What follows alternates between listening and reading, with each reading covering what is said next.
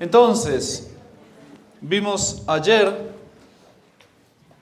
este documento contra la Virgen realmente, y lo que llama la atención, o que a alguno de ustedes tal vez puede asustar más, es que es un documento oficial, sellado, firmado, no solo por el cardenal Fernández, el prefecto de la Congregación para la Doctrina de la Fe, el Tucho para los amigos, sino que también está la firma y lleva la firma de León XIV, abajo. Y León XIV no dice nada, no hace nada, pero pone su firma. Calladito, se ve solemne y como venerable, pero pues puso su firma. Y uno se pregunta, ¿lo leyó? ¿No lo leyó? ¿Qué hizo? De todas maneras, lo haya leído o no lo haya leído, se tiene que haber enterado con el diario del día después que todas las noticias sensacionalistas, que son verdad en realidad, pero lo dicen de modo escandaloso, está prohibido el nombre de Corredentora, ya no se puede, la iglesia abandona esa teología y demás, los protestantes saliendo a aplaudir y qué bien, por fin nos reconocen lo que venimos diciendo desde siempre. Y el Papa sigue calladito. Entonces, estamos claramente en una crisis de fe. Y lo que es peor, no es solo una crisis de fe, que las ha habido muchas en la historia de la Iglesia, sino que es una crisis de fe que lo que tiene de único, lo que tiene de innovador en todas las otras crisis, es que es causada por la autoridad. Y es de experiencia común, que los fieles tienen más fe que el sacerdote. El sacerdote tiene más fe que el obispo tiene un poquito más de fe que los cardenales, y los cardenales tienen un poquito más de fe que los jefes y superiores y el Papa. Y eso era verdad especialmente con el Papa Francisco, pero pues tristemente parece que es verdad también con el Papa León. Entonces, ¿qué actitud tenemos que tomar nosotros? Y cuando digo nosotros, empezamos a nivel congregación, y después, a nivel personal, a título personal, ¿qué actitud tenemos que tomar nosotros frente a esta crisis? ¿Cómo hacemos para sobrevivir? ¿Cómo hacemos para mantener la fe en medio de esta tormenta, de este huracán impresionante y sin precedentes que está pasando la Iglesia? Repito, porque lo nuevo, lo sorprendente, lo extraordinario y lo gravísimo de esta crisis es que es la autoridad misma la que está causando la pérdida de la fe. Y cuando uno entiende que el plan de nuestro Señor para guardar la fe, para que la gente alcance el conocimiento de la fe, lo mantenga y persevere, es precisamente establecer la autoridad. Entonces nuestro Señor envía a los apóstoles a predicar. Tienen que ellos repetir, iluminados por el Espíritu Santo, las verdades que dijo nuestro Señor. Tienen que ser ellos los responsables de hacer llegar fácil a la fe. Porque si ustedes tuvieran que hacer el trabajo que hizo el magisterio durante 2000 años solos, a la luz del Espíritu Santo, y abren la Biblia y se ponen a revisar después arqueológicamente todos los escritos de los santos padres, pues puede ser que demoren toda la vida en encontrar la verdad, pero más probablemente es que no encuentren nunca toda la verdad. Porque la Iglesia durante 2000 años está sacando conclusiones y está deduciendo sí, cosas que se siguen lógicamente y necesariamente de las verdades que creemos, pero pues está sacando esas conclusiones y en base a esos razonamientos lógicos y teológicos de la fe, termina de sacar las conclusiones de un montón de cosas, de qué está bien y qué está mal en la moral, y de qué hay que creer y cómo hay que creerlo en el orden de la fe. Eso para responder a Roberto, me quedé pensando en la pregunta, y es que realmente hay cosas en la fe que están implícitas, sí, están en la revelación, pero vienen implícitas, como vienen implícitos en los principios de la geometría, por ejemplo, en la definición de punto, de recta, de círculo, tiene implícito, pues, todos los principios de la geometría. Pero claro, para sacar las conclusiones que se siguen lógica absoluta y necesariamente, y yo podría decir, están contenidos realmente en los principios, pues hace falta a veces tiempo y desarrollo y genialidad y demostración. Bueno, por eso muchas veces no se ve a simple vista si eso estaba contenido o no estaba contenido en la revelación, sino que hace falta una demostración pues no digo necesariamente posterior, pero sino que el tiempo y nuestros razonamientos requieren tiempo para llegar a eso. Pero a lo que estoy en esta charla es que la autoridad lo que hace es me dice, esto es así. Yo ya le doy la conclusión y le muestro que mi autoridad está revestida de la de Cristo y le muestro por la Escritura y qué sé yo y qué sé cuánto, que todo eso pues es lo que usted tiene que creer y si lo cree se salva y si no lo cree se condena. Para eso pone nuestro Señor a la autoridad. Ir por todo el mundo, predicar el Evangelio, el que crea y se bautizare, se salvará y el que no, se condenará. Quien a vosotros oye, a mí me oye. Nuestro Señor envía la autoridad para que la gente no pierda el tiempo, digamos así, en disquisiciones, no pierda el tiempo cada uno en deducir y sacar las conclusiones de la verdad, sino esta es la verdad, arrodíllese y crea, viene de Dios, yo la repito, solo soy un transmisor como autoridad, y si usted la cree se salva y si no la cree se condena. Claro, la autoridad está diseñada para encontrar, que toda la gente pueda encontrar fácil, rápido y de un modo seguro la verdad. Y las grandes mayorías no tienen ni tiempo para dedicarse a esas disquisiciones, ni ganas, ni tienen la capacidad para hacerlo. Y además tienen el Espíritu Santo prometido. Pero en fin, ¿cuál es entonces la consecuencia de que un papa, una autoridad y sobre todo la autoridad superior pierda la fe? La consecuencia necesaria es que la gran mayoría de los fieles jamás va a encontrar la verdadera fe. Jamás va a encontrar la verdadera fe. Es una consecuencia necesaria porque nuestro Señor es como el sacerdote, ¿no? Si quiere que le lleven los sacramentos a un enfermo, tiene que ir el sacerdote. Y si el sacerdote no va, nadie le lleva el sacramento al enfermo. ¿Por qué? Porque no puede. No puede administrar la extrema unción si no es sacerdote. No le puede llevar pues, la comunión si no hay alguien que consagre la Eucaristía para llevarla. Nuestro Señor establece un sistema de orden de cosas y si los que le toca la función no la cumplen, pues lo siento por los demás, pero no reciben. Muy grave, es muy grave. Nuestro Señor establece a un papa para distribuir la fe y si ese papa se niega a distribuir la fe, la mayoría de la gente no va a recibir la fe. Y lo primero que tenemos que entender de esto que estoy planteando es que no hay solución de esta crisis si no hay conversión de un papa. No hay solución porque nuestro Señor pone eso y es así, no lo va a cambiar. Heriré al pastor y se dispersarán las ovejas. Las ovejas, por definición, no sobreviven solas. O sea, piensen lo que es una oveja, estudien lo que es una oveja y van a ver que las ovejas han sobrevivido porque han tenido al lado siempre pastores. Una demostración de la acción del hombre sobre la naturaleza que la conserva. En fin, pero el orden espiritual es exactamente igual. Nuestro Señor le da a algunos la autoridad y la capacidad para hacerlo y esos tienen que distribuir a los demás. Si los de arriba no lo hacen o lo hacen a medias, los de abajo o no lo reciben o lo reciben a medias. No hay vuelta. No hay vuelta. Bien, retrocedamos un poquito.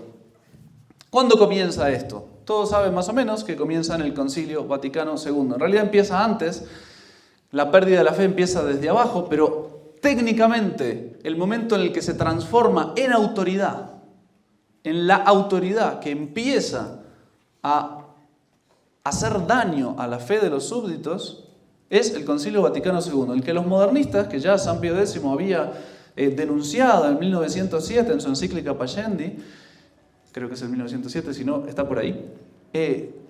Pues esos modernistas, que eran sacerdotes y hasta obispos, esos modernistas finalmente llegan a dar como un golpe de estado en la iglesia y a tomar el poder.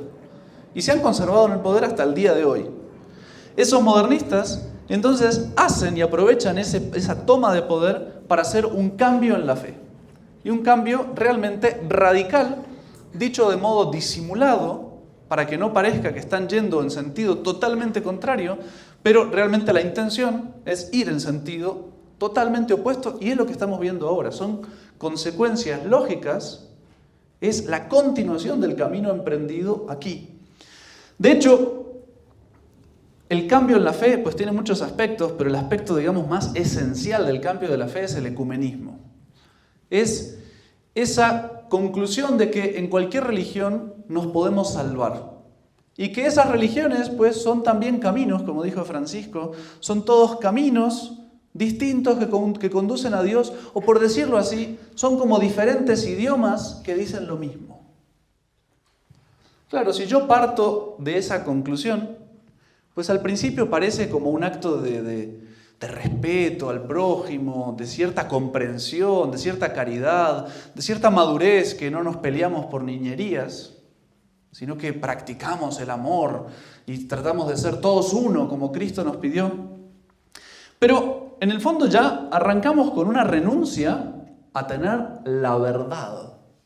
No tenemos la verdad absoluta y no tenemos la verdad completa. Estamos renunciando a eso porque si no tendríamos que empezar a asumir que no puede haber contradicción. Si esto es la verdad y el otro dice lo contrario, pues alguno es verdad y el otro es mentira. Pero no pueden ser los dos verdad a la vez. El ecumenismo parte de la noción de que las dos cosas son verdad a la vez, que se completan mutuamente y que ninguno tiene la verdad entera. Por lo tanto, se abandona la actitud de maestro que sale a enseñar, porque el maestro es, por definición, el que tiene la verdad y la transmite. Eso es un maestro. Yo tengo la verdad, ustedes no la tienen, o la tienen a medias, o tienen con errores, se las voy a transmitir y se las voy a imponer, claro, haciéndosela entender, pero yo soy maestro y si yo soy el dueño del salón de clases, digo, mire, si no me ponen esto en el examen, no aprueban. Esto va a entrar en el examen, me lo tienen que poner así, y si no me lo ponen, no aprueban. Eso es el magisterio de la iglesia. Esto es verdad, te guste o no te guste, viene de Cristo, y si no lo crees, no apruebas el examen para salvarte, no te salvas, y si lo crees y lo practicas, te salvas. ¿Ok? Eso es el maestro. Me impone una verdad como necesaria para salvarme. Se la impone a toda la clase, porque no tiene que hacer distinción. Eso es el magisterio. Todo eso se abandona. Ya hay una predicación de que yo tengo la verdad y el otro no la tiene, sino que todos tenemos una parte de la verdad y tenemos que completarla mutuamente. Y por lo tanto, lo que tenemos que hacer es dialogar. Y dialogar es aceptar de una vez que el otro tiene una parte de la verdad. Y nos sentamos en igualdad de condiciones y aprendemos del diálogo. Aprendemos del diálogo. Eso destroza también. Si yo no tengo la verdad, pues ¿para qué voy a salir a las misiones? Si se pueden salvar de todas maneras, ¿para qué voy a salir a convertir al mundo, a imponerle mi verdad? Eso es una cuestión como de egocentrismo, de creerse uno superior a los demás, de creer que uno tiene la verdad absoluta y no valorar las verdades que tienen los otros.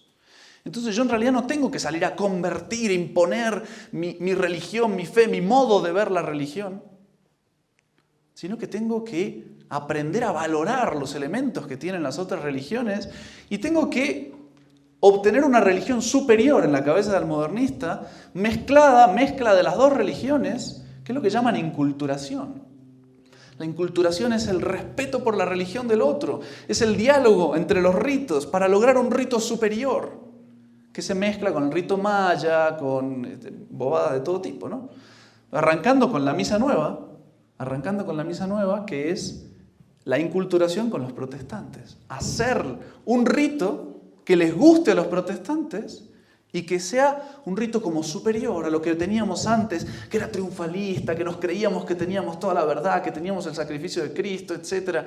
Hay que saber ver las cosas junto con ellos y saber tener el rito enriquecido por esa inculturación ecuménica.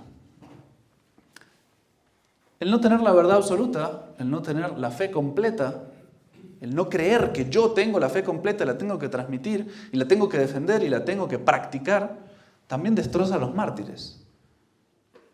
Los mártires murieron por no tirar un granito de incienso al emperador o a los dioses paganos. Un mártir que le pusieron incienso en la mano y le echaron la mano al fuego para que con el fuego abriera y dejara caer el incienso. Y él se aguantó, y cuando se le quemó literalmente la mano, ahí se quemó el incienso, pero no abrió la mano. ¿Por qué? Porque no se puede dar adoración a un Dios falso. El mío es verdadero, el de ellos es falso. No es que son distintos lenguajes para hablar a Dios, distintos modos de ver el amor a Dios y la religión. No, uno es verdadero y el otro es falso. Y ya no se trata de convertir al otro o no dejarme convertir hasta la muerte. No, ahora caminemos juntos, recemos juntos, juntémonos para pedir por la paz. ¿A quién le piden esa paz? ¿Al Rey de la Paz, a nuestro Señor, o a cualquier otro que no puede dar nada? ¿De qué modo van a rezar por esa paz? Decía Monseñor Lefebvre en la reunión de Asís. Y por supuesto, si yo no tengo la verdad, la Inquisición, un órgano que juzgue de la pureza de la verdad, pues evidentemente es una aberración. Y toda la persecución y los castigos al que falsifica la verdad. Pero oiga, ¿usted se da cuenta? ¿Qué pasa con el falsificador de la moneda normal? Pues va en cárcel de por vida. O no sé, bueno, en el sistema de hoy en día, pues nadie va en cárcel de por vida, pero salvo que vayan ahí a El Salvador y ahí tienen otros sistemas más efectivos. Pero en el reino antiguo había hasta pena de muerte, porque el que falsifica la moneda está robando gravemente y está haciendo un daño al bien común muy serio. Y es la moneda. El que falsifica la fe, que es necesaria para salvarse, porque el que crea se salva y el que no se condena, pues el que falsifica la fe hace un daño gigante, hace un daño eterno. Me está apartando un alma del cielo y la está mandando al infierno. El que crea se salva y el que no se condena. Entonces, qué importante es que haya un órgano que supervise y le diga: usted, cállese la boca, está engañando a la gente. Por error o por mala voluntad, no sé, pero cállese. Si sigue hablando, pues evidentemente fue mala voluntad. Ese órgano, ahora lo que hacemos es pedir perdón. La Inquisición se excedió, fue una cosa terrible. En fin. Y las cruzadas ni hablar. Bueno, el ecumenismo y el no tener esa verdad absoluta realmente reducen a que todo, para salvarse, ¿qué es lo necesario para salvarse? Cuando uno dice todos se salvan en todas las religiones, uno se pregunta automáticamente, bueno, ¿cuál es el denominador común? ¿Qué es lo necesario para salvarse? Porque si yo me siento con un protestante a hablar, podríamos llegar a la conclusión de que necesario es Cristo para salvarme. Pero automáticamente, es lo que pasa con el documento de ayer, pues la Virgen ya no es necesaria para salvarse, porque Él se salva sin la Virgen. Si Él se salva sin la Virgen, yo también me podría salvar sin la Virgen. Entonces, ¿cómo le voy a imponer como necesaria a la Virgen cuando no es necesaria? Ni siquiera los católicos se la podría imponer. Y eso es lo que termina pasando, va a decir un ecumenista, un modernista como tal, es que cuanto más verdades yo impongo, más divido, más perdemos la unidad. Entonces tengo que eliminar la mayor cantidad de verdades posibles para que seamos uno, llenos de amor unos por otros. Bueno, entonces si me siento a hablar con los protestantes, tachemos a la Virgen, tachemos la presencia real de la Eucaristía, tachemos la misa como sacrificio y un montón de otras cosas, pero solo para ilustrar. Si me siento a hablar con los musulmanes y esos se salvan, si ellos se salvan, el católico tiene derecho a preguntarse, entonces, ¿es necesario creer en que Dios es Trinidad? ¿O es solo mi modo de ver las cosas y no es una verdad absoluta? Ah, no, si yo no la tengo esa verdad absoluta, pues entonces me puedo salvar simplemente creyendo en un Dios, Alá, superior. Si me siento a hablar con los judíos, ni siquiera Cristo es necesario. Porque si los judíos se salvan, entonces no era necesario que Cristo bajara del cielo a la tierra. No era necesario.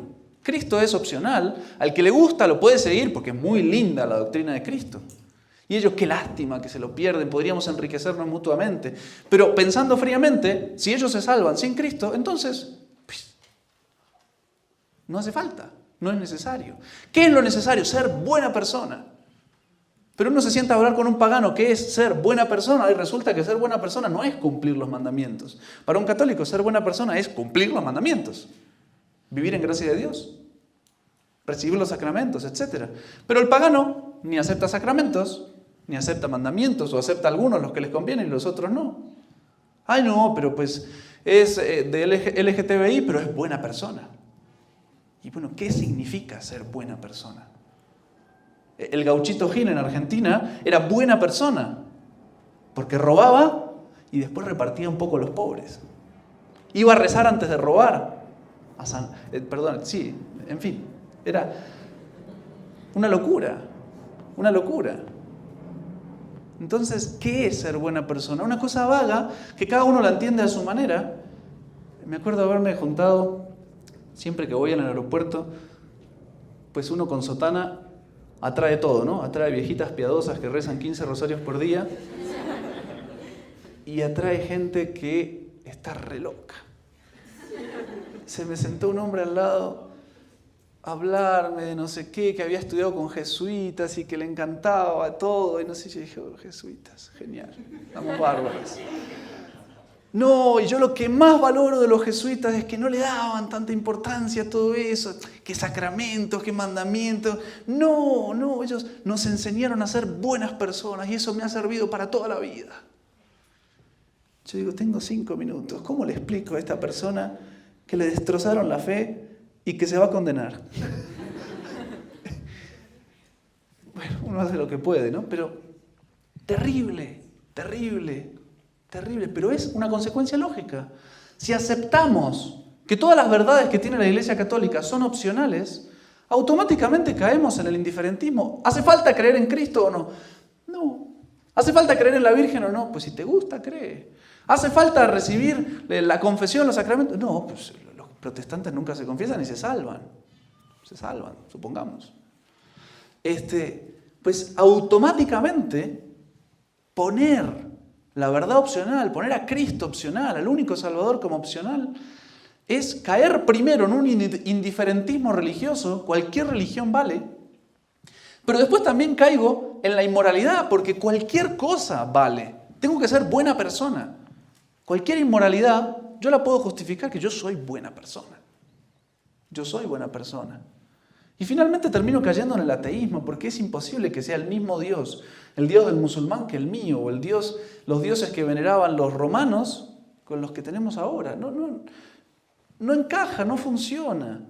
En el fondo ya eliminamos toda concepción doctrinal para concentrarnos en el sentimiento religioso. ¿Qué es lo que salva? Finalmente lo único que nos salva es un cierto sentimiento religioso, y ni siquiera, porque todos se salvan. Como decía el Papa Francisco, a mí me gusta creer que el infierno está vacío. No creo que lo siga creyendo. No digo que se haya condenado, pero se enteró la verdad, seguro. O sea, se habrá visto cerquita. Vio el precipicio así, si se salvó y la Virgencita lo salvó, no sé, Dios quiera, pero estoy seguro que ya sabe que el infierno no está vacío. No. Bien. Ahora, frente a este enorme problema, se está perdiendo la fe y esta fe la está enseñando, esta fe nueva, esta pérdida de la fe, esta apostasía, la está distribuyendo el magisterio de hoy. ¿Con qué me quedo? ¿Me quedo con los dogmas de ayer o me quedo con el magisterio de hoy? Pues realmente hay 4 soluciones y solo 4 géneros de soluciones al problema de qué hacer en esta crisis de fe causada por la autoridad. Están los que, si la iglesia ayer decía una cosa y hoy dice otra, es porque nada es verdad. Mañana dirán otra distinta y es todo según la época. No, yo no creo más nada. Ya no hay nada que sea verdad. Y están por miles, tristemente miles, los que desde el Concilio Vaticano II para aquí perdieron la fe por esto. Porque me educaron de una manera, ahora dicen todo lo contrario. No puede ser. Conocí a una señora, le fui a llevar los últimos sacramentos. La hija me dijo que había sido monja. Las religiosas del Sagrado Corazón. Y cuando la voy a ver para darle los sacramentos, la hija me dice, pues ella ha perdido la fe hace muchos años. Claro, era eso. Era exactamente eso. A Dios gracias, pues se confesó, día del Sagrado Corazón, recibió la extremunción, se recuperó, vivió muchos años, confesión, comunión, falleció hace muy poquito y muy santamente. Pero esa mujer que había sido monja, que sabía latín, o sea, le hablaba las oraciones en latín, no es que me las respondía de memoria, las entendía, estudiaban las monjitas latín. Esa mujer vio, me enseñaron así, ahora me dicen lo contrario, pues no puede ser verdad nada. Nada es verdad. Y eso es terrible. Está mal, no es la solución realmente, pero ¿cuánta gente ha perdido la fe por eso?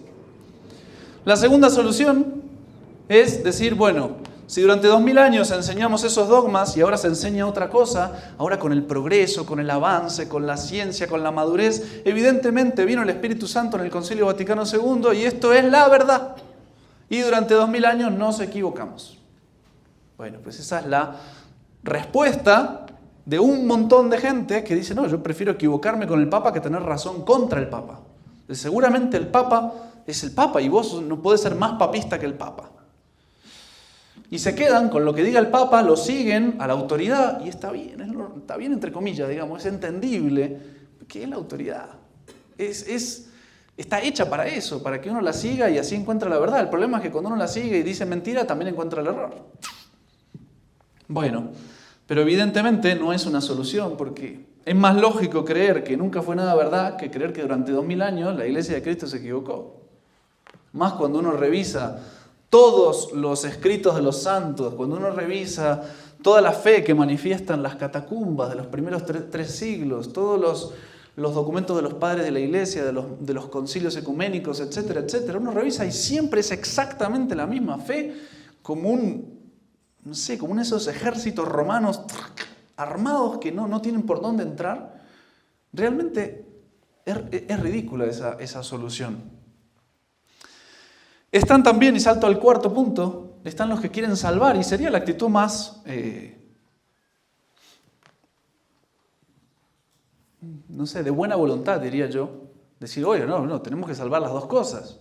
Porque Cristo nos da la verdad, pero también nos establece el magisterio, nos establece la autoridad. Entonces hay que salvar las dos cosas. Es verdad el dogma de ayer y es verdad lo que nos está diciendo el magisterio hoy. Y tenemos que buscar la manera de entender el dogma de ayer a la luz del magisterio de hoy. Y hacen toda una revisión del dogma de ayer según la historia. No, eso era verdad para ayer.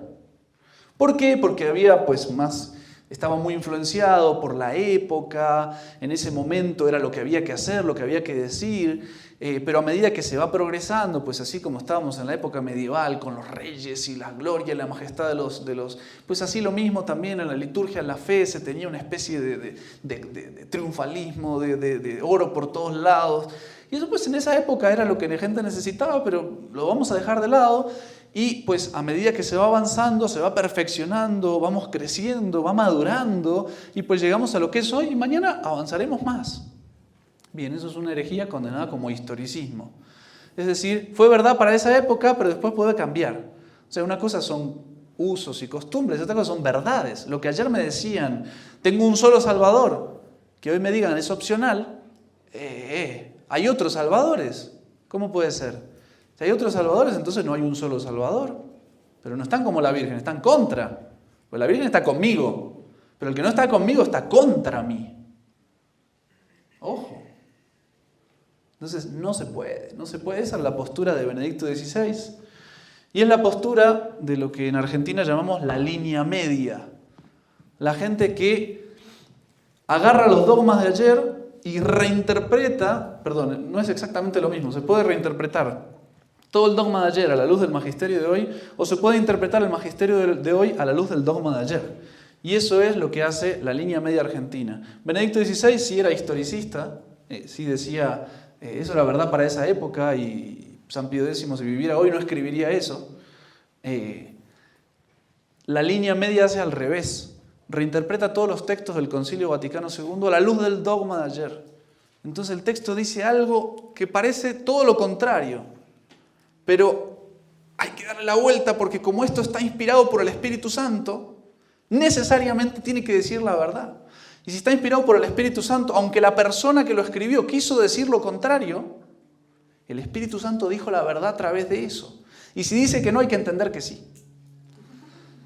Es una locura así, que reinterpretan y después te citan las frases que parecen decir la verdad de siempre, y entonces sostienen el dogma de ayer con citas entresacadas y totalmente fuera de contexto del Concilio Vaticano II, del Papa Francisco, etcétera, etcétera, etcétera. Lo hacen.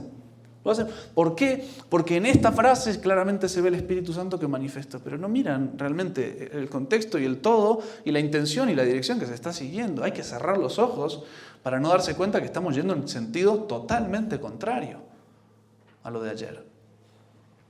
Y es una conclusión muy peligrosa porque tarde o temprano, o se destroza el dogma de ayer, como hacía Benedicto, porque el dogma era para una época, y ya no es un dogma para siempre, la verdad ya no es eterna, o se destroza el magisterio de hoy. No puede ser que el Espíritu Santo quiera decir una cosa contraria a lo que dice el que está escribiendo. Es ilógico, es ridículo. Bien, y después tenemos la solución más lógica y racional, que es 2000 años de iglesia, 2000 años de definiciones dogmáticas, no pueden estar equivocadas. O sea, es un armazón lógico, interconectado, que se siguen las consecuencias una de otra y hay una armonía de la fe completa. Y el hecho de que ahora se esté diciendo lo contrario, pues es una crisis, es un pecado de las autoridades, por lo menos de ignorancia, y eso pues hay que combatirlo y hay que defenderse y hay que luchar. Bien, dentro de decir, bueno, me quedo con el dogma de ayer y de alguna manera tacho el magisterio de hoy, hay dos opciones. Se vuelve a dividir este punto 3 en dos opciones. Los sedevacantistas y nosotros. Los sedevacantistas resuelven por la fácil. Si el Papa dijo una herejía, entonces ya no es Papa. Y por lo tanto, pues salvamos el dogma de ayer y tiramos el magisterio de hoy. Desde hace 4, 5, 3, 2, un Papa, depende del sedevacantista, porque cada sedevacantista tiene una teoría distinta de por qué el Papa no es Papa. No porque la elección fue fraudulenta, no porque Benedicto en realidad no quiso renunciar, no porque en realidad el último Papa es Pío XII, porque Juan XXIII no, pero Juan XXIII sí y Pablo VI no porque había un impostor, estaba Pablo VI verdadero y fue así. Cada sedevacantista tiene su teoría. Pues, en fin, y la conclusión en la que sacan es que el que está ahora no es Papa.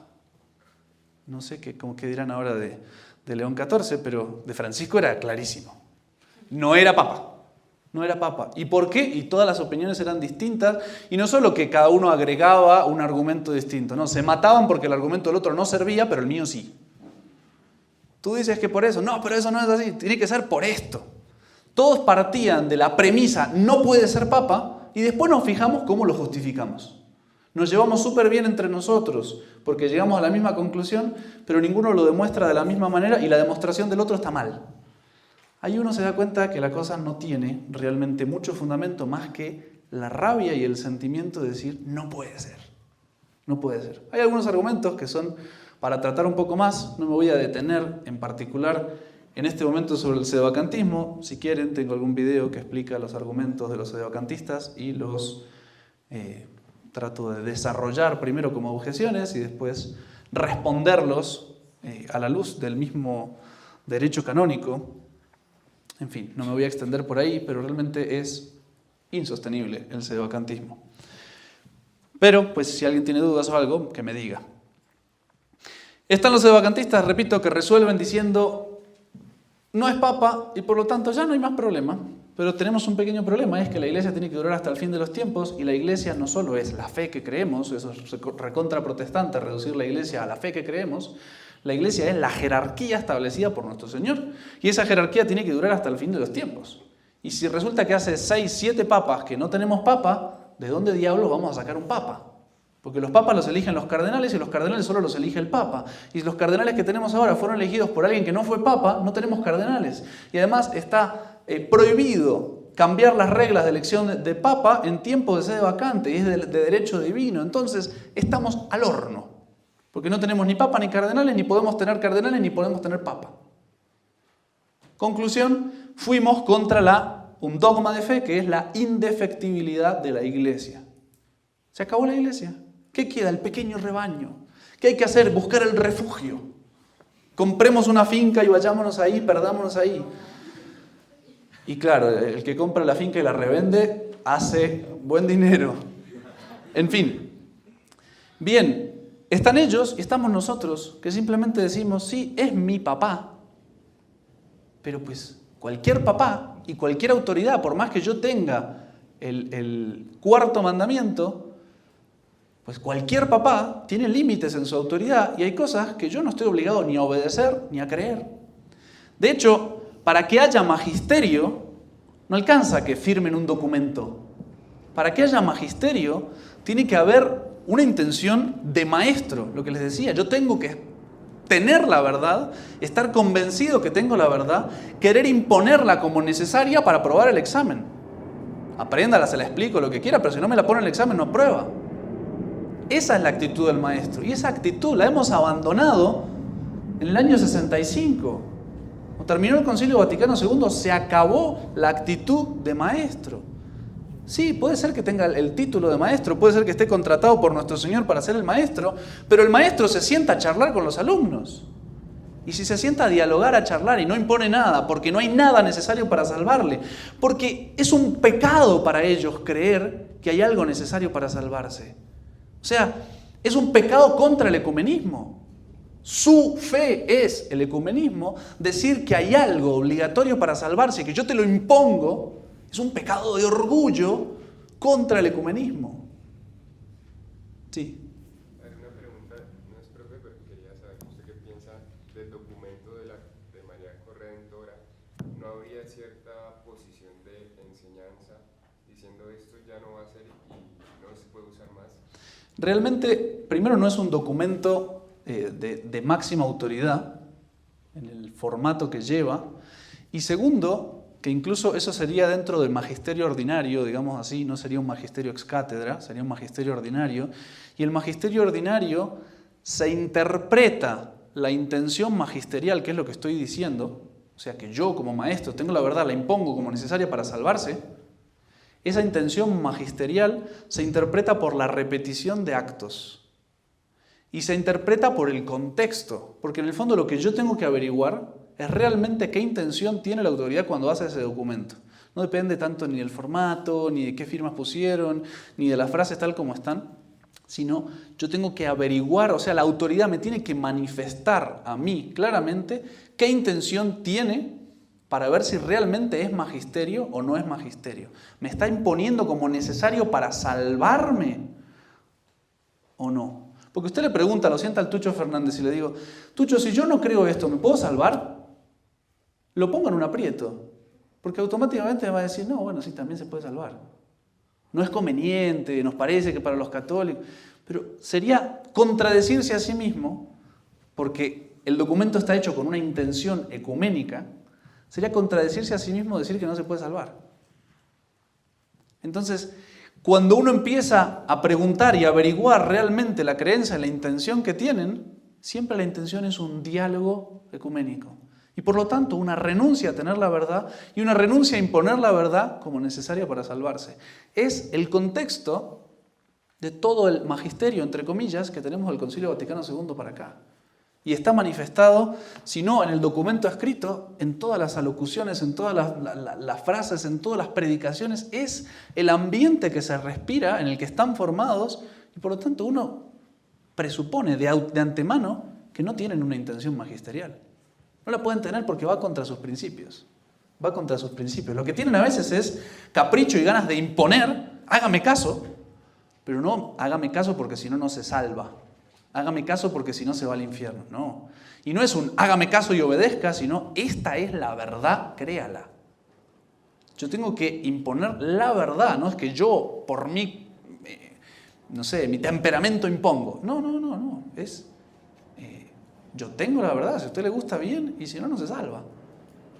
Que es lo que se manifestaba, por ejemplo, en los anatemas al final de un documento doctrinal.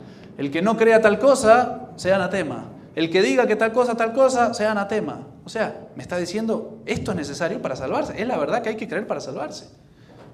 Entonces, y además, otro tema. Están hablando intraeclesiam. Realmente tiene que hablar para el mundo entero, porque la verdad es necesaria para el mundo entero para salvarse. Y eso no te lo van a decir nunca, porque sería renunciar a que el musulmán puede salvarse creyendo otra cosa. Y eso no lo pueden hacer. O sea, sí lo pueden hacer, pero tendrían que renunciar al ecumenismo. Entonces, como no renuncian al ecumenismo, automáticamente están en un contexto que les impide, les traba, les bloquea la asistencia del Espíritu Santo, porque en el momento que ellos deciden ser magisterio, empiezan a tener la asistencia del Espíritu Santo. Pero cuando no quieren dar la verdad como necesaria para salvarse, e imponerla, pues entonces pierden la asistencia del Espíritu Santo y empiezan a dar opiniones personales, teológicas, que no son la verdad que hay que creer para salvarse. Entonces, realmente no es que el Papa no sea Papa, no es que el Papa no sea el maestro de la Iglesia Universal, es que teniendo esa misión no la usa. ¿Por qué? Porque no la cree. ¿Quién soy yo para juzgar?, decía Francisco. Santidad, usted es el juez supremo de la cristiandad.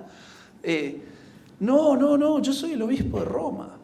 Son todas nociones que no están diciendo yo renuncio al papado, están diciendo yo no creo en el papado, pero si es papa, ¿qué le vamos a hacer? Si fue elegido y fue puesto y fue aceptado por la Iglesia Universal, pues hay mil cosas, repito, no me quiero meter en el sebacantismo, sino entrar en la explicación realmente que les impongo como verdad necesaria para salvarse, que es que realmente no se trata de que no es mi papá, y no es una actitud, realmente es una actitud del sebacantismo mucho más de rabia que de reflexión teológica. Yo primero tengo rabia, primero saco la conclusión de que ojalá no sea papa, y después empiezo a ver cómo justifico que no es papa.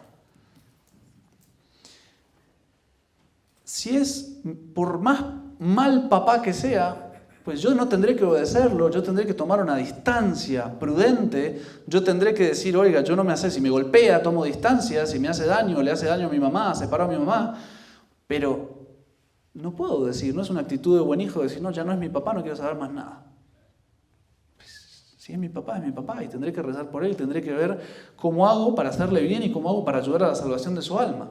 Y sobre todo, repito, no entender que la única solución de la crisis es la conversión de un papa, es no entender qué es un papa. No entender cuál es la intención de nuestro Señor al poner un papa. Que va a durar y tiene que durar el papado como institución, porque el papado es la Iglesia, tiene que durar hasta el final de los tiempos. La jerarquía es el cuerpo de la Iglesia que tiene que permanecer incorruptible. Muerto, como el cuerpo de nuestro Señor, en el sepulcro está hoy, pero incorruptible, no se pudre.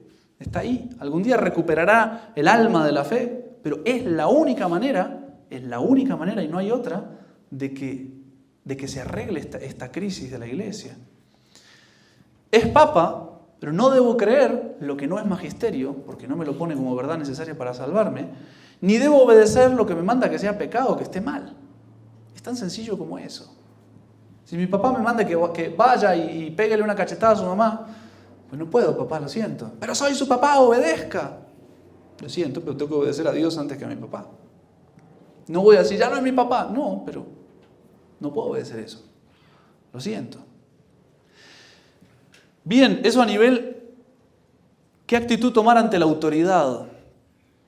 A nivel congregación, eso nos pone en un problema porque ellos trabajan, como decía Monseñor Lefebvre, trabajan consciente o inconscientemente, con mala voluntad o dos, no importa.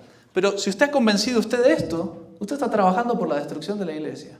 Está trabajando por la destrucción de todas las verdades que hicieron la Iglesia, y está trabajando por la destrucción de todos los sacramentos, y está trabajando por la condenación de las almas, aunque no se dé cuenta. No importa, no se trata de juzgar intenciones. Pero es una cosa objetiva y real. Están convencidos de esto, lo manifiestan, lo dicen y están trabajando por eso constantemente. Entonces, con una autoridad que trabaja por la destrucción de la fe, ¿qué actitud tener? Bien, pues hay que tener un combate contra la autoridad, por amor a la autoridad, por amor a la Iglesia. Hay que tener una actitud de no le obedezco. No le obedezco, pero no en absoluto y todo, sino en las cosas que son necesarias para mantener la fe. Bien, ¿qué cosas son necesarias para mantener la fe? Luis Méndez, ¿qué necesitamos para mantener la fe? Dígame algo, hay muchas cosas. A ver, ¿qué necesitamos para mantener la fe? Algo. Sacramentos, obviamente. Doctrina. En realidad lo primero sería la predicación. No creo que lo puse primero, pero en fin. La predicación es lo primero, porque fides ex auditu. Para creer, para llegar al conocimiento de la fe, necesitamos que nos hayan predicado esa fe. Y esa predicación está hecha por los ministros enviados por nuestro Señor. Y esa fe, por supuesto, es una semilla que hay que regarla, hay que hacerla crecer y hacerla desarrollar, y eso se hace a través de los sacramentos, en particular de la Eucaristía, de la Santa Misa, de la comunión. Entonces necesitamos alguien que nos predique, alguien que nos celebre la misa, alguien que nos dé sacramentos. Eso es un sacerdote. Realmente la predicación de la fe, el mantenimiento de la fe, la protección de la fe arranca desde el vamos con el sacerdote. Nuestro Señor por eso a los que envía a predicar, los envía ordenados sacerdotes, los manda. Esos sacerdotes, supongamos que nosotros pudiéramos tener sacerdotes buenos, que es lo que tiene, por ejemplo, la gente de línea media, tienen muchas veces sacerdotes buenos, pero a veces no tienen un seminario donde formarse. Sacerdotes buenos, digamos, en un sentido. También, por lo menos no te predican que la Virgen no es corredentora. Pero esos sacerdotes están muchas veces solos, están yendo de un lado a otro a ver dónde le dejan celebrar la misa, dónde le dejan predicar, y donde no lo reciben se dan vuelta y buscan otro lugar, y entonces los pequeños fieles lo reciben aquí en esta casita y van a la otra. Y digo, son gente que tiene buena voluntad y buenas ganas, pero ¿y cuando se muere el sacerdote qué? Y ese sacerdote solo, frente a todos los demás, ¿no es un poco peligroso que esté viviendo de casa en casa, en un lugar en el otro? No puede sentirse aislado, depresivo, en este mundo tan combativo. No puede ser que tiemble, que flaquee. Sí, nuestro fundador, Monseñor Lefebvre, arranca la congregación diciendo: no es bueno que los sacerdotes estén solos. En esta crisis, y él fue superior de muchos sacerdotes en misión en el África, y él se daba cuenta que los sacerdotes cuando estaban solos se deprimían, se desanimaban y abandonaban el sacerdocio. ¿Por qué? Porque es demasiado combate para uno solo. Y el no tener a alguien al lado es muy terrible. Y él, mirando a las congregaciones, porque él fue superior de todas las congregaciones que había en el África, a título papal, digamos así, Monseñor veía, los padres blancos, por ejemplo, tienen la regla de 3. Si no hay 3 sacerdotes en una congregación, se reúnen esos sacerdotes y se meten en la congregación más cercana. Si en el priorato, digamos así, hay un sacerdote que abandonó, se murió, lo que sea, y solo me quedan 2, esos 2 se reabsorben por la otra comunidad. O si puedo enviar un tercero, envío un tercero, ¿no? Y ya completamos. Pero si no hay 3, no hay comunidad. Interesante. Decía, eso era lo que más funcionaba. Y es la regla que nos aplicó a nosotros en la congregación, porque él vio, los sacerdotes que más perseveran son los sacerdotes que están viviendo en comunidad. Y además, teniendo en cuenta que esto es una crisis de autoridad, largar a un sacerdote a una diócesis donde el obispo no tiene fe y los persigue, como por ejemplo el obispo de Medellín que salió y dijo: no quiero saber nada de la tradición en mi diócesis. 3 veces en distintos lugares. Sacerdote que quiere ser un poquito más conservador. Chao. Tiene la vida imposible, le toca vivir en esa esquizofrenia, doble personalidad de lo que hago en público y lo que hago en privado. Lo que hago en público para que no me regañen, que moralmente no sea tan malo, y lo que hago en privado, que estoy convencido que es bueno, pero no lo puedo hacer porque si me descubren, me cortan la cabeza. Y eso viven en tensión, en angustia, y muchas veces se quiebran, psicológicamente se quiebran. Es muy duro luchar contra la autoridad. Muy duro hacerlo solo.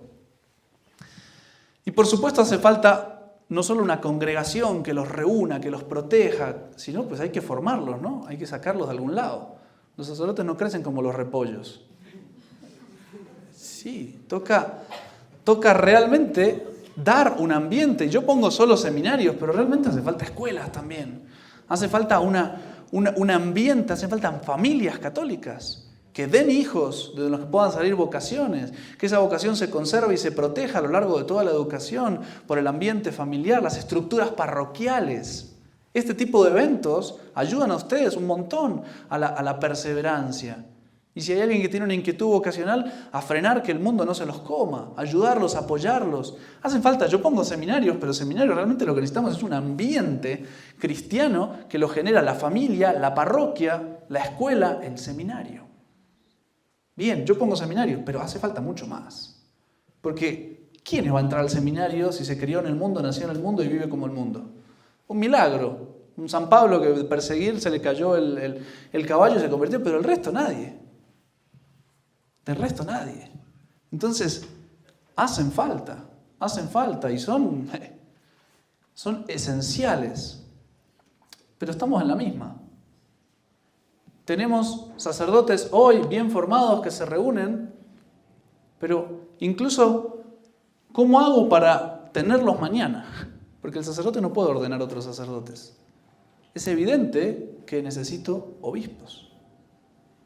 Ay, pero sería una desobediencia a Roma. Pero si Roma no te quiere dar obispos, pregúntese uno, ¿por qué no me los quiere dar? Porque Roma lo que quiere, tristemente, con buena voluntad, no me meto en la mala voluntad, no me interesa. Roma lo que quiere es destruir la verdad absoluta. Destruir el que cree que tiene la verdad absoluta. Destruir la fe. Roma trabaja por destruir la fe y se da cuenta que hay una oposición radical entre el maldito ecumenismo y la fe católica. Hay una oposición radical entre la fe tradicional y el ecumenismo. Hay una oposición radical entre la misa tradicional, sacrificio de nuestro Señor, y la misa nueva, cena protestante. Hay una oposición radical, no son compatibles. No son compatibles. Y por eso luchan totalmente.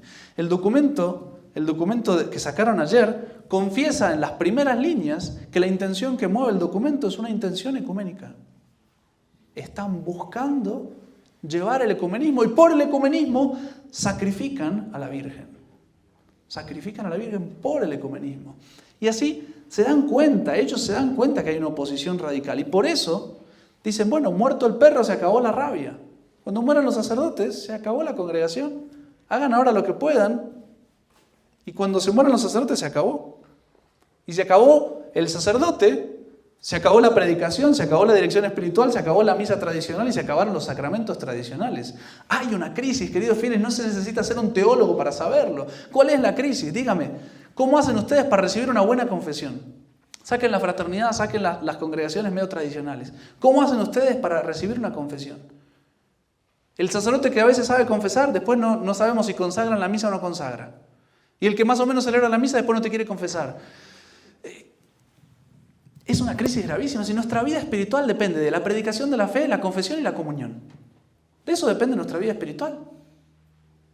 El que tal vez consagra, predica herejías. El que predica bien, no sabemos si consagra. El que consagra, tal vez no sabemos si confiesa. El que confiesa, no sabemos si predica la fe.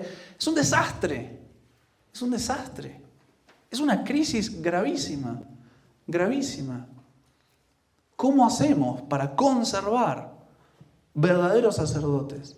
Necesitamos entero el edificio. O entero o nada. Si no lo tenemos entero, tarde o temprano nos quedamos sin nada. Por eso, queridos fieles, aunque, digamos así, esté prohibido, en teoría, consagrar obispos, es una necesidad imperiosa por salvar la fe que Roma combate cada vez más grave. Es una necesidad imperiosa y urgente, cada vez más urgente. Si Monseñor Lefebvre no hubiera consagrado los 4 obispos, cuando lo hizo en el año 88, no solo no existiría ya la fraternidad sacerdotal San Pío X, quedarían algunos sacerdotes viejitos y nada más. Los que se ordenaron antes del 91, año en que murió Monseñor Lefebvre. De resto no existiría más nada. No solo no existiría la fraternidad San Pío X, no existiría la fraternidad San Pedro, no existirían las comunidades Ecclesia Dei. ¿Por qué? Porque ellas nacen gracias a que Monseñor Lefebvre consagra obispos. El mismo documento que supuestamente condena a Monseñor Lefebvre es el documento que después, inmediatamente, 2 días después de las consagraciones episcopales, crea las comunidades Ecclesia Dei como opción tradicional dentro de la Iglesia contra Monseñor Lefebvre. Supuestamente le dieron todo lo que Monseñor Lefebvre había pedido, excepto obispos. Yo le acepto todo, menos darle esto. ¿Por qué? Porque quiero que se mueran. Roma siempre ha obrado así, porque no son tontos. Toleran el mal para ellos, que va contra esto, lo toleran mientras no lo pueden erradicar. Y no lo pudieron erradicar porque Monseñor Lefebvre consagró obispos. Las comunidades Ecclesia Dei se llaman así porque el documento que declara la excomunión de Monseñor Lefebvre inválida se llama Ecclesia Dei Afflicta. Entonces son comunidades Ecclesia Dei. El mismo documento declara la condenación y instituye las comunidades Ecclesia Dei. Y esas comunidades Ecclesia Dei, hoy en día ya no existe la protección que les habían prometido. Los empiezan a destrozar, los empiezan a desarmar, los empiezan a supervisar, los empiezan a presionar. El mismo Benedicto XVI dijo, cada vez que una comunidad ha estrechado sus lazos con Roma, hemos visto un avance en su comprensión del Concilio Vaticano II. Los han empezado a meter de a poquito dentro de este espíritu. No digo ecuménico todavía absolutamente, pero ya empiezan de a poquito, que la misa nueva no es tan mala, que se puede celebrar, empiezan de a poquito a callarse, empiezan dentro de la misma congregación, como no pueden hablar en voz alta contra los errores del Papa, porque necesitan que les consagren los sacerdotes, ¿no? Y no tienen obispos, entonces tienen que hacer buena letra, porque si no, no tienen sacerdotes. Se empiezan a callar, y entonces, ¿qué pasa? Entonces, como no predicamos ni siquiera dentro de los nuestros contra los errores del Papa, entonces empiezan a salir de entre los nuestros las malas hierbas. Si usted en el jardín no arranca la mala hierba, en algún momento ya tiene mitad sembradío y mitad mala hierba. Y les ha pasado a las comunidades. Les ha pasado que adentro, dice, pero ¿por qué tenemos que celebrar misa tradicional? ¿Por qué no celebramos misa nueva? Eso no está tan mal, la otra cosa, esto. Y les está pasando cada vez más. ¿Por qué? Precisamente por eso. Porque como no tienen todos los elementos, están en una actitud de sumisión servil. Yo quiero, yo obtengo, yo trato de negociar políticamente con la autoridad, la reconozco, no la quiero ofender y necesito que me ayude, necesito que me dé. Y Roma hace eso a propósito. Ok, yo te tolero por ahora. Te doy el privilegio, mientras tanto. Y cuando te pueda te aplasto, porque es así. Fíjense lo que hizo el Papa Francisco con todas las comunidades tradicionales. Cada vez que las tuvo en las manos, las aplastó. Hasta con los caballeros de la Virgen ahora los tienen el Opus Dei, etcétera, los tienen los legionarios. Todos los tienen supervisados y los tienen ojito, Ni no es que sean, la tradición. Pero los tienen supervisados y o te portas bien o te acabas. Te portas bien. ¿Qué es te portas bien? No hables muy fuerte. Cree lo tuyo, si te gusta lo tuyo, como opción para salvarte me parece bien, pero no es obligatorio para todos. Y tú, pues cuando celebres misa tradicional, que no sea en una parroquia, que sea a las 3 de la mañana, que vayan las 5 viejitas que la conocían de antes. Eso es el documento de tradiciones custodes, es eso. La restricción de la misa para que no se pueda celebrar y que no la conozca nadie, y para el privilegio de 2 o 3. Bien, hace falta tener todos los elementos, porque si no los tenemos, no podemos soportar la presión de Roma. Y esas otras comunidades, repito, existen porque existe esto y Roma necesita una opción antifraternidad. Si la fraternidad no existiera, si no estuviera este contrapeso, Roma ya habría aplastado las comunidades eclesiales y lo reconocen los mismos miembros de las comunidades eclesiales y lo dicen. Nosotros tuvimos esta gracia gracias a la desobediencia de Monseñor Lefebvre. Hizo mal, pero nos vino tan bien. Claro, hizo mal. Los caminos de la providencia, ¿no? Bien, eso a nivel congregación. Y nosotros los fieles, ¿qué tenemos que hacer? En primer lugar, tener una idea de dónde estamos. O sea, agarren el GPS y miren. Agarren el GPS y miren. Hay que formarse, hay que saber dónde estamos. Hay que saber en qué consiste esta crisis. Hay que profundizar. Y en eso en particular les digo, no hay nada como leer a Monseñor Lefebvre. Pero leerlo en la fuente, leerlo en el libro, agarrar y dedicarle tiempo, no sé, el primer libro Un obispo habla o Carta abierta a los católicos perplejos, me da realmente no solo la noción de la crisis, me da el espíritu con el que tengo que enfrentar la crisis. Porque si hay algo que no le pueden achacar a Monseñor Lefebvre es que tuviera un espíritu amargo, un espíritu de venganza, de rabia. No, jamás. Jamás. Monseñor Lefebvre jamás tiene una palabra menos delicada para el Santo Padre. Yo sí. Pero Monseñor no. Monseñor es impresionante y uno lo ve y lo huele y lo palpa. Está movido por la caridad. Por la caridad. Y por la necesidad hacer lo que hizo y te lo explica y tiene un don de ser claro.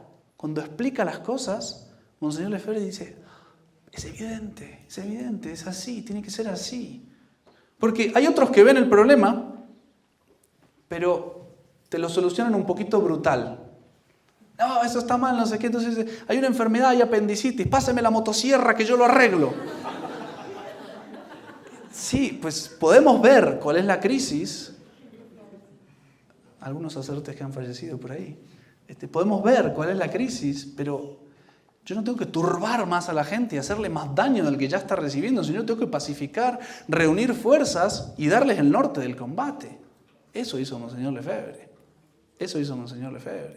O sea, agarró el bisturí y dio el cortecito donde había que hacer, puso alcohol y después echó el suavizante, el vino y el aceite que usa el buen samaritano con el enfermo. Eso hizo Monseñor Lefebvre. Y eso se palpa. Y digo, vayan a la fuente, porque después nunca falta, y está lleno, tristemente, de blogs y de cosas que sacan a Monseñor Lefebvre en frases sueltas y las usan para justificar su celo amargo. Su celo que en realidad nace de la rabia, nace de un espíritu como de venganza, y lo usan para justificar. Léalo directamente en la fuente, no vaya a fuentes envenenadas, manchadas con opiniones personales o con sentimientos rabiosos que no son católicos. No es lo que nuestro Señor nos pide. Entonces, léanlo. Si no lo han leído, les aseguro, no entienden nada. Es así, léanlo a Él. Y no solo no lo lean en fuentes envenenadas, no lean en otros lados, porque las explicaciones que dan, las conclusiones, o por ahí ven el problema, pero la solución que plantean es destrocemos todo y pongamos una bomba en el Vaticano. Bueno, ok. Pero un poco es así. Y después, ojo, nosotros tenemos la verdad, nosotros tenemos todo. Pero no voy a misa, no me confieso, no comulgo. Ojo, tenemos la fe, tiene que ser para producir fruto. Si tenemos la fe, tenemos que tener una vida de fe, una vida sacramental. Tenemos que tener una vida cristiana intensa y sobre todo porque tenemos la fe. En este tiempo es un privilegio increíble, completamente inmerecido. Somos vasos de barro que Dios quiso rellenar de perlas preciosas, pero es el capricho de Él. Y nosotros vivimos medio rajados y dejando caer las piedras preciosas por todos lados. ¿Cuántas veces hemos perdido una misa, una comunión, por no querer levantarme a la mañana o por quedarme perdiendo el tiempo en el celular? Tenemos que vivir de nuestra vida de fe. Nos van a pedir cuentas de todos los bienes y toda la inversión que Dios nuestro Señor hizo en nuestra alma. Y finalmente, prepararse, no tener miedo a ningún castigo que Roma pueda hacer, porque, pues, repito, están dentro de todo este esquema de imponer esto, trabajar por esa destrucción, y como eso es manifiesto, no hay que darle importancia. Ve y mata a tu mamá. No puedo, papá, no voy a hacer. Pero no, ve y la matas. Pero te voy a castigar, soy tu padre. Bueno, pues castiga, pero no voy a hacerlo. No puedo hacerlo. Y tengo que salvar la vida, tengo que proteger la vida de mi madre. Eso es así. Son abusos de autoridad, y a los abusos de autoridad hay que resistirlos realmente impertérritos, que no se nos mueva el rostro. Es así, los santos lo han hecho así, San Atanasio lo ha hecho así. No hay que tener miedo de los castigos, y nos van a venir. O sea, hoy salió un documento contra la Corredentora, mañana sale un documento que está mal rezar el rosario. Entonces no, voy a dejar de rezar el rosario porque me van a castigar. Que se vayan al cuerno. Yo sigo con mi rosario. Es así. Y finalmente, pues ahorren. ¿No es cierto? Ahorren. No voy a decir nada oficial porque no tengo ni idea, pero voy a decir un deseo. Deseo que este año haya consagraciones episcopales. Puede ser que tenga espíritu profético, no lo sé. Pero es... Yo realmente creo que es casi obligatorio. O sea, es una necesidad. De hecho, está la regla que había puesto el capítulo era que cuando quedaran solo 2 obispos activos, y pues ya es lo que queda, y supongo y yo creo que el padre, el superior general, don David de Palerani, está rezando para que haya señales, no de que es necesario, porque uno lo sabe, pero es muy importante, lo más importante que hace la autoridad cuando toma una decisión, no es que él sepa que está bien, es hacer comprender a los demás que eso está bien y es necesario. Es completamente necesario que la autoridad transmita ese conocimiento de por qué vamos hacia allá y cuándo lo hacemos. Y para eso, Monseñor Lefebvre en su momento también pidió sus 3 señales y Dios se las fue dando ahí con la reunión de Asís, etc. Pues yo creo sinceramente que el Padre ha estado rezando porque uno no se esperaba para nada un documento así con el Papa León. Prácticamente uno no lo esperaba. Decía, va a ser un Papa que se quede callado todo su pontificado y pues va a dejar que se establezca todo lo que había puesto Francisco y ya. Bueno, pues parece que no. Y la embarró bien duro, y se los digo entre amigos, corte la cámara, pareciera que se lo hubieran hecho al padre Palerani. Porque si hay alguien que es devoto de la Virgen Corredentora, es el padre Palerani. O sea, estuvo sus 6 años en el seminario Nuestra Señora Corredentora, y yo les digo, es italiano, se le caen las lágrimas cuando habla de la Virgen. Entonces, que le agarran y le pongan el dedo así en la llaga, es como para hacerlo saltar. No sé. Bueno, ¿preguntas?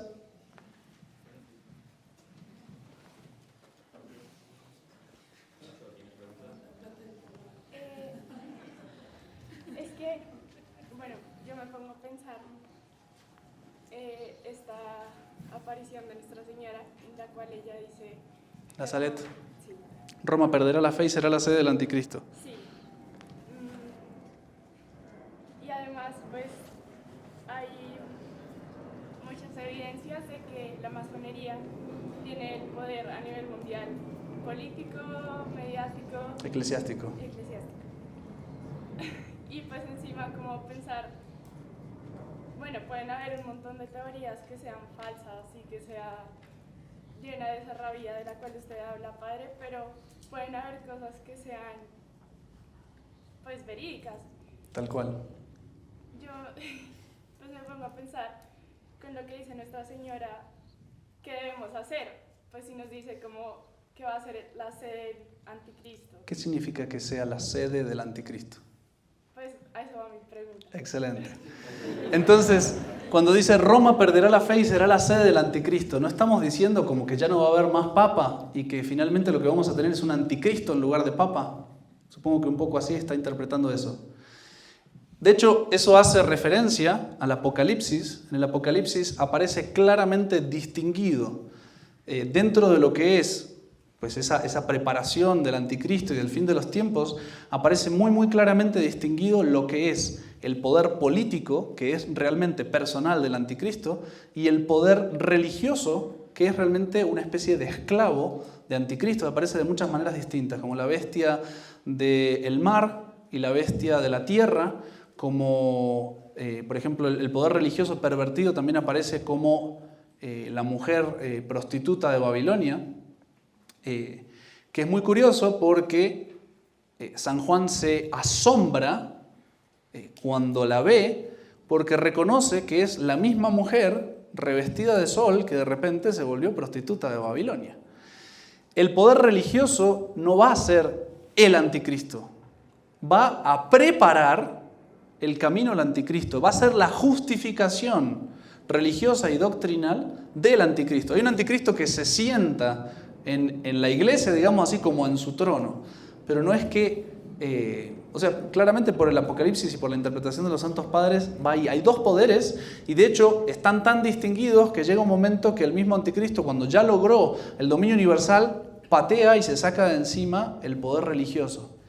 Pero pues no hay nada nuevo en eso. ¿Qué es lo que estamos haciendo esto? ¿Qué es el ecumenismo? El ecumenismo es la religión universal. Es la religión que tenía Roma. Roma conquistaba el mundo y ponía a todos los dioses en el panteón. Y todos son buenos. Y sin embargo, ese ecumenismo de Roma, que recibía a todos los dioses como buenos y verdaderos, fue el ecumenismo más sanguinario que persiguió a los únicos que reclamaban tener la única religión verdadera y que todas las demás eran falsas. Los católicos. Tuvo 10 persecuciones en Roma, sangrientas, de miles y miles de mártires. Pero, ¿qué estamos preparando si no eso? De hecho, la Roma pagana es una figura del anticristo. Todos los padres de la iglesia la interpretan así. Es el poder religioso que se pone a servir al poder político preparándole el camino. Pues si me preguntan qué está haciendo el Vaticano desde el Concilio Vaticano II, le están poniendo la alfombra roja al anticristo, porque este ecumenismo es la religión de la masonería. El ecumenismo nació en las logias masónicas. Pueden leer libros, el ecumenismo visto por un masón de tradición. Claramente dice, esto es un invento nuestro de tal época, tal cosa, están los documentos, y nosotros hemos logrado que, porque antes del concilio fueron a preguntar a los masones qué querían que se hiciera, porque queríamos llevarnos bien con ellos, y los masones le respondieron que se proclame el ecumenismo. Fue la respuesta de los masones antes del Concilio Vaticano II. ¿Qué es la religión de la masonería? Bien, pero sacar de ahí la conclusión de que el Papa no es Papa, no se sigue necesariamente. Están obrando como San Pedro. O sea, que la negación de San Pedro prepara también la muerte de nuestro Señor. El grito crucifícalo de los otros prepara la muerte de nuestro Señor. Sí, pero que haya negado San Pedro a nuestro Señor no hace que deje de ser Papa. Que el Papa hoy en día prepare al anticristo el camino, negando su misión y haciendo lo contrario de lo que le pidieron que hiciera, pues no necesariamente hace que deje de ser Papa. Y sí, es la sede del anticristo, sí. Sí, y no el Papa Francisco en particular o alguno con nombre y apellido, sino el papado desde hace 50, 60, 70 años, no sé qué cuenta saqué, pero en fin, está preparando la venida del anticristo. Eso es. Roma perderá la fe y será la sede del anticristo. Arrancó en el Concilio Vaticano II. Arrancó en el Concilio Vaticano II. Desde que se acepta el ecumenismo, se empezó a perder la fe, se sacaron las columnas y ahora estamos viendo cómo se derrumba todo porque sacó la columna, que era Cristo nuestro Señor. Por supuesto que, ya digo, en esta charla no me he dedicado a rebatir y a hablar de los argumentos en particular contra el pseudovacantismo, pero hay algo que sí me parece muy importante destacar, y es que para algo tan grave como afirmar el Papa no es Papa y obrar en consecuencia, yo necesitaría una certeza absoluta. Hay muchas cosas que podrían hacer que el Papa no sea Papa. Le pregunto, ¿las puede demostrar? Y ahí está el problema. Porque puede haber muchas cosas y tal vez el Papa es masón o es masón, pero está excomulgado o no está excomulgado. ¿Por qué no están de acuerdo nunca los pseudovacantistas entre ellos? Porque ningún argumento es realmente apodíctico. Ningún argumento es determinante. Son cosas probables, posibles, que sacuden, que hacen temblar y que a uno le gustaría creer porque es mucho más simple la solución de que el Papa no sea Papa. Pero si yo no tengo la certeza absoluta, yo podría tener una sospecha, una duda, pero no puedo sacar una conclusión que tiene consecuencias tan brutales para la Iglesia. Porque siempre pasa lo mismo, el pseudovacantista dice, Papa no es Papa, ¿y por qué? Por esto, pero entonces le cuento que hace 6 papas que no tenemos Papa. Porque los otros hicieron lo mismo. Estamos todos escandalizados porque salió este documento contra la Corredentora. Y resulta que Benedicto XVI de antemano ya había dicho, no, es una cosa que no se puede proclamar. ¿Por qué? Porque no está suficientemente fundada en la Escritura y en la tradición. Y lo dijo 1 y 2 veces. Y Francisco también, y etc. Pues todos los papas han caído en la misma burrada. Y si no han caído en la misma, han caído en otras. Es muy complicado y el problema es lo que les decía, si yo saco esa conclusión de que el Papa no es Papa, se acabó la Iglesia. Porque para volver a encontrar un Papa que desde hace 6 papas no tenemos, necesito que baje Cristo del cielo otra vez y que me diga, bueno, a ver, estos son cardenales y que elijan un Papa, o este es Papa y que elija cardenales. Porque ya no los tengo, no los tendría. Y eso va contra el dogma de la indefectibilidad de la Iglesia. La Iglesia es indefectible porque tiene ella misma en sí todo el poder para seguir hasta el fin de los tiempos. Como nuestro Señor. Doy mi vida y la tomo. Nuestro Señor muere, pero Él mismo se resucita. Él mismo tiene los elementos para resucitar. La iglesia está como muerta hoy en día. Hay una separación entre el cuerpo de la iglesia, que es la jerarquía, y la fe está como muerta, pero tiene en sí mismo los elementos para resucitar, porque esa jerarquía divina persevera en el error, en la muerte, pero persevera como verdadera jerarquía, que algún día va a volver nuestro Señor, que tiene en sus manos las dos cosas, a juntar la fe en la jerarquía. Dicho de otra manera, va a convertir a un papa, o a varios, porque me imagino que el primero que se convierta a los 10 minutos es mártir. Necesitamos el siguiente, y el siguiente, y el siguiente. Pues no sé, pero ya digo, si quieren más argumentos y hablar y qué sé yo específicamente sobre el sedevacantismo, pues tengo una charla específica sobre eso, la pueden encontrar en YouTube, las voy a dejar acá arriba. Toquen clic en la campanita, denle like. Bueno, ¿alguna otra pregunta? Sí, Viviana. Digamos, una de las herramientas de defensa contra toda esta crisis puede ser la devoción a la Virgen, o sea, conocer también mucho la devoción a ella. Total. De hecho, esta crisis de alguna manera está profetizada por el sueño de San Juan Bosco de las dos columnas. No sé si alguien lo conoce. San Juan Bosco tiene un sueño que ve la iglesia como un barco. El capitán de ese barco es el Papa, que está en el medio de una tormenta, lo atacan de todos lados, vienen pequeños barquitos llenos de demonios, de herejes y de cosas que lo atacan, lo intentan hacer hundir, el barco se las ve negras, y varios de los papas mueren.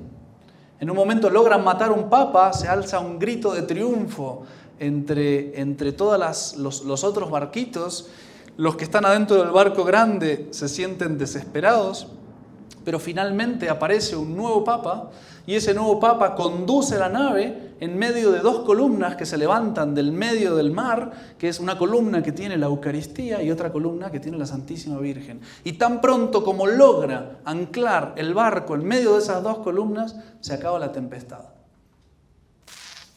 Bien interesante, ¿no? Esa muerte de un papa que es la pérdida de la fe del papa. Por eso el grito de triunfo, porque morir papas mueren todo el tiempo. La pérdida de la fe de ese papa, el grito de triunfo de los enemigos, hasta que finalmente llega un papa que recupera la fe, y ese papa logra anclar la iglesia en la Eucaristía, la misa tradicional y la devoción a la Virgen, que ella sola ha aplastado todas las herejías de la historia. O sea, está interesante. Está interesante que Dios permita esta crisis para que después terminemos tal vez en una proclamación más gloriosa de lo que es la misa, de lo que es la devoción a la Virgen, pues no sería raro, es lo que ha hecho en la historia. Dios ha permitido las herejías siempre para que después termine brillando más una verdad que fue atacada por los herejes. Sí, la devoción a la Virgen, por supuesto. ¿Alguna otra pregunta? Daniel. A ver, por ejemplo, yo hace poquito me dio por hacer una encuesta, digamos, pequeña y muy sencilla, que iba dirigida más que todo como a las personas que iban al no uso y eso. Y la verdad uno se entristece pues viendo como las respuestas que encuentra ahí. Y el objetivo era como de pronto uno pensar qué puede hacer más activamente como para digamos, transmitir la verdad a esas personas, pero sabiendo que ahorita pues como la autoridad dice otra cosa, entonces esas personas le pueden refutar a uno, no, pero es que el Papa dice esto, el obispo dice esto, entonces lo desarman de frente. Sí, repito para que quede grabado en la cámara. Usted hizo una encuesta en su momento para ver los conocimientos religiosos que tenía la gente que iba al Novus Ordo, la distribuyó, el resultado fue súper triste, usted me mostró alguna cosita por ahí y yo me reí, pero en fin. Pero me reí tristemente, no fue una cosa... ¿Qué podemos hacer para activamente adoctrinar a los que no saben nada, sobre todo están en el Novus Ordo, y cómo solucionar el problema de que tenemos a la autoridad en contra? Por un lado, doctrinalmente yo tengo que estar muy firme, muy formado, ser capaz de dar razón. Pero entre nosotros no le tengan mucha fe a los argumentos. La conversión de cualquier alma depende de la gracia. Y esa gracia hay que pagarla. Hay que redimir, hay que volver a comprar pagando precio. Lo que veíamos en otra charla. Y después el gran argumento de la verdad, de la tradición contra el modernismo, porque a eso se resume, tendría que ser la santidad de los tradicionalistas. Estamos al horno. Sí, en esto conocerán que sois mis discípulos, en que os améis los unos a los otros. La práctica de la caridad, vivir de la caridad, tendría que ser el gran argumento. La santidad de vida, la santidad de la moral que se predica y que se practica, del amor al prójimo de unos y otros, tendría que ser el gran argumento, porque ellos tarde o temprano van a ver, no sé, el cardenal de Bogotá le lavó los pies a transexuales el Jueves Santo porque dijo que era misericordioso. Acaban de hacer públicamente le acaban de dar el rito de la confirmación a ¿cómo se llama? El presentador de no sé qué noticias, canal de noticias, que es homosexual declarado y fue padrino, su esposo, está casado civilmente, homosexualmente, civilmente con esa persona, y fue padrino su esposo de confirmación. Y públicamente, y además el padre James Martin, el pro todo este LGTBI dentro de la iglesia, les firma abajo en la noticia, les pone bienvenidos. Y nadie dice nada, ¿no? Ahora, si ese padre hubiera celebrado la misa tradicional en público, ¡qué horror! Seguramente lo degradaban al estado laico. Bueno, pues el fiel, incluso moderno, que empieza a ver la perversión moral que hay en la misa tradicional, en la misa nueva, y viera, ojalá, cierta santidad moral entre los tradicionalistas, tendría que automáticamente pensar, esto es más verdadero que esto. Ese es el razonamiento simple y directo de la mayoría de la gente si lograra ver eso. Por eso les digo, ¿de qué nos sirve tener la fe si no vivimos espiritualmente en serio, buscar en serio la santidad? O sea, esta crisis hay que resolverla primero con la gracia de Dios. La gracia de Dios en el alma, trabajando por esa santidad y esforzándose realmente, como dice nuestro Señor, brille así vuestra luz delante de los hombres para que viendo vuestras buenas obras glorifiquen a vuestro Padre que está en los cielos. O al revés, San Pablo dice, no permitan que por sus pecados se blasfeme de la iglesia de Cristo. Como diciendo, sus pecados, no, pues si ustedes pecan, pues eso es cualquier cosa. Ojo, por culpa de nuestra falta de santidad, se llega a la conclusión de que no, los tradicionalistas son sectarios, son no sé qué, son orgullosos, se creen que tienen todo. Oiga, eso es culpa nuestra, ¿eh? Eso es culpa nuestra. Entonces, pues formarse, ser santos, dar buen ejemplo y pagar el precio de esas conversiones. ¿Alguna otra pregunta? Yo. ¿Quién es yo? Camila. Padre, con respecto a las consagraciones, la fraternidad dentro de sus estatutos ya tiene el proceso de cómo deben ser, o en este caso se aplicaría lo que hizo Monseñor Lefebvre. No tiene absolutamente nada en los estatutos. Lo único que hay son las conclusiones que llegó el capítulo general de hace un par de años, y las conclusiones fue ocasión para hacerlo, que solo queden 2 obispos, para que quede más clara y patente ante los demás la necesidad, y el método, digamos así, queda totalmente a criterio del superior general, que no larga prenda. Intentamos sacar la información y no nos dijo. Pero sí, él tiene el derecho absoluto de elegir quiénes, cuántos, cómo, dónde, y pues idealmente, por supuesto, se supone que la gran referencia es lo que hizo Monseñor Lefebvre, es decir, la prudencia de Monseñor Lefebvre de ver cómo se hacen las cosas, que esté muy patente la crisis, porque cada vez está más evidente, o por supuesto, que esté patente la necesidad para la congregación, y bueno, darle pa'lante. Pa'lante. ¿Alguna otra pregunta? Nos vamos. Recemos. En el nombre del Padre, del Hijo y del Espíritu Santo. Amén. Gloria al Padre, al Hijo y al Espíritu Santo. Nuestra Señora Corredentora, San José, San Juan Bosco, en el nombre del Padre, del Hijo y del Espíritu Santo. Amén.